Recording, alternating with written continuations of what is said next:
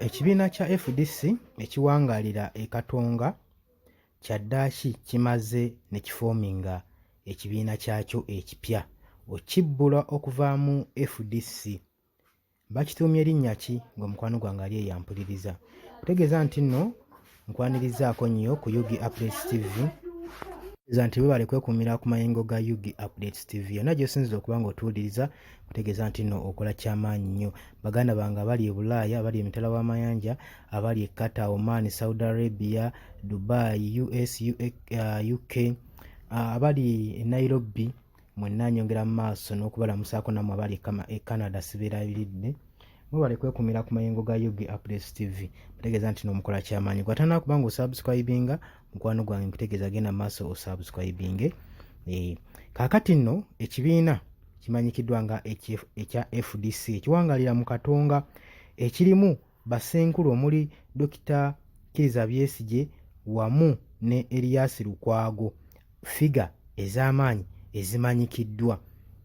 Njukira nti nno beeyawula ku FDC esangibwa wano e Najjanankumbi ne bagenda olwabyo ebyali tebigenda mu maaso bulungi ebyali birumiralumira mu kibiina kino ekya FDC ekyali kiwangaalira wano e Najjanankumbi. Embiranye bazze bawula ennemba mu kkooti nga bajja baagala okufoominga ekibiina ekipya okwekutula ku kibiina kino.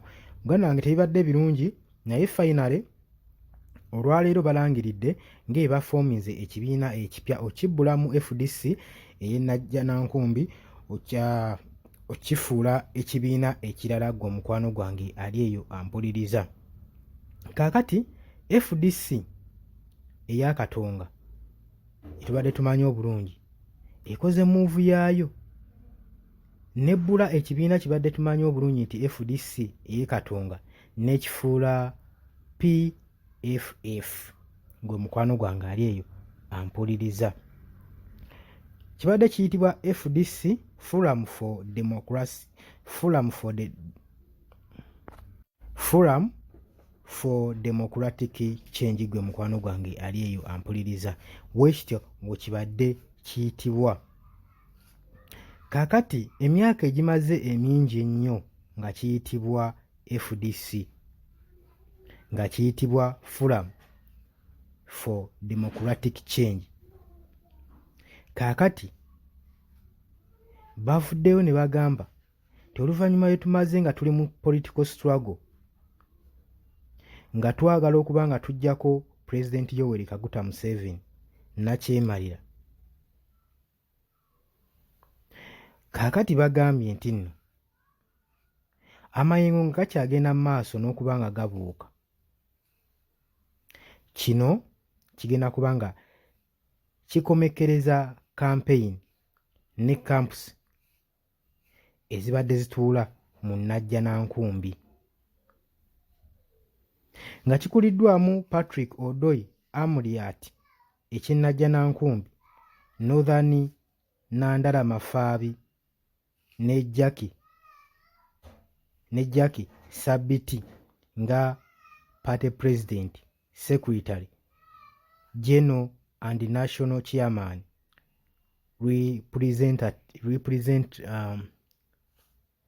ono abadde amanyikiddwa nga national chairman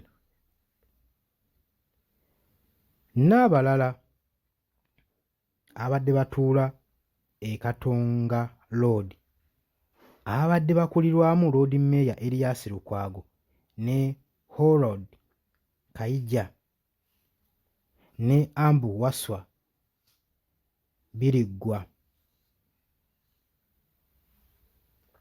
nga gwe baasabustaininga nga pulezidenti era secretary general and national chairman.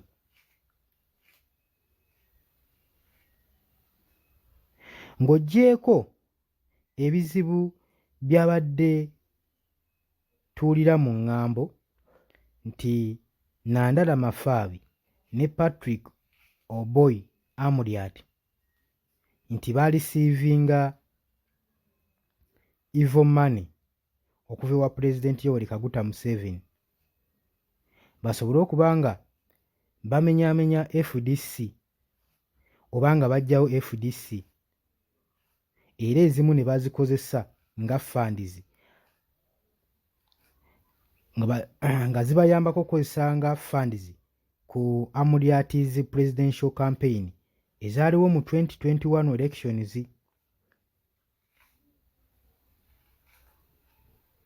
Kyatandikana amayengo ag'okubanga ekibiina kyali okuva ewa Pulezidenti Yoweri Kaguta Museveni funds zino zisobole okuyambako Amuriat mu kunoonya akalulu mu mwaka gwa 2021. Zaatandika nga ziwuubibwa ne Dr. Kizza Besigye era oluvannyuma mu bwangu ddala ne zigenda nga ziraana paka mu divisions. Ekyali kikakasiddwa nti ekibiina kino ekya FDC ekiwangaalira Najjanankumbi kyalya. Ng'abyo bizze byogerwa ggwe mukwano gwange ali eyo ampuliriza.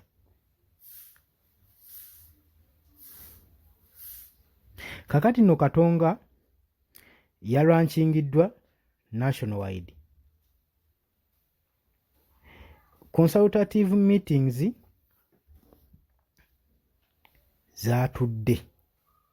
yatudde okusobola okufindinga way forward okuva mu kibiina ekya FDC kuva mu bamembers bonna aba FDC okwetooloola regioni zonna basuggestinze nti regioni zonna okubanga bategeera party empya eno gye batonzeewo ng'eri onde Muteso, Acholi ne Kasese be bamu ku babadde ba insistinga ku nsonga eno.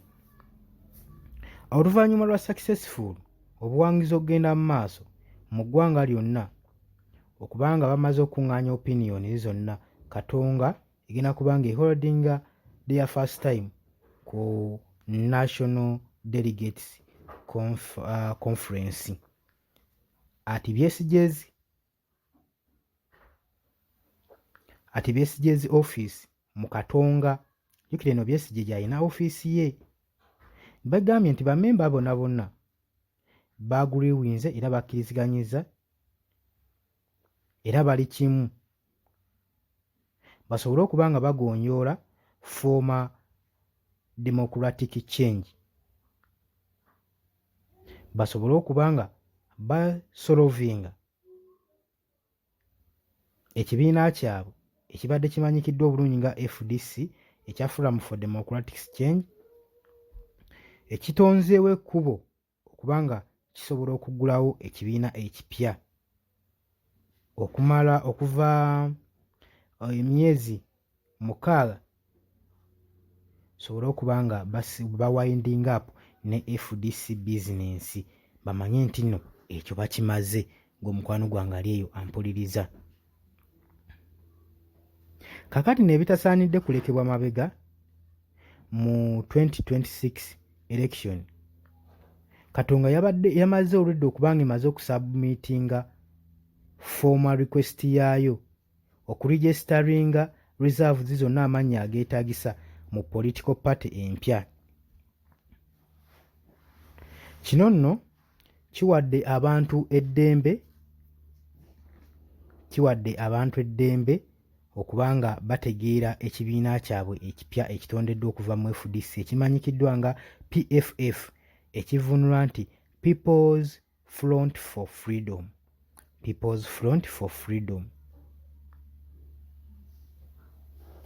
Bakironze bagamba kigenda kubeera loyo era ne party color egenda kubeera ya bbulu. Era balonze n'essimu ng'akabonero ak'ekibiina ke bagenda okuba nga bakozesa. Era bajja kukozesa eddembe freedom mu bonna nga bagamba all freedom nga party slogan yaabwe. Bajja kukozesa all freedom nga party slogan nga bwe tunaagamba nti people power our power. Kati bo bagenda kuba bakozesa all for freedom. All for freedom kyekibiina kyabwe slogan yaabwe. Ekibiina kimanyikiddwa nga PFF People Front for Freedom. Bwekito bwe kiggwayo.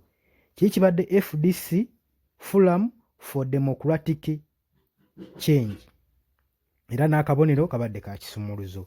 Kati wano akabonero kagenda kubeera ka ssimu.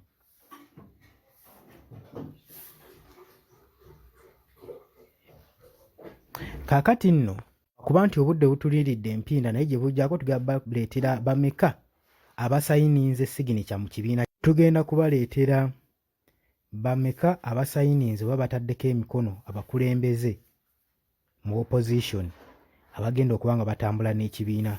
Okuba nti obudde butuliiridde empinda butukkirize tugenda kuba tukomawo bukomi. Wabula tuweerabira ku subscribinga, ku likinga, ku sharinga gwe mukwano gwange ali yeekumira ku Yugi Updates TV. Mutegeeza okola kyamaanyi nnyo, weebale kwekuumira ku mayengo ga Yugi Updates TV. Tugenda kuba tukomawo tukulekerera ebisingako awo kuba nakibiina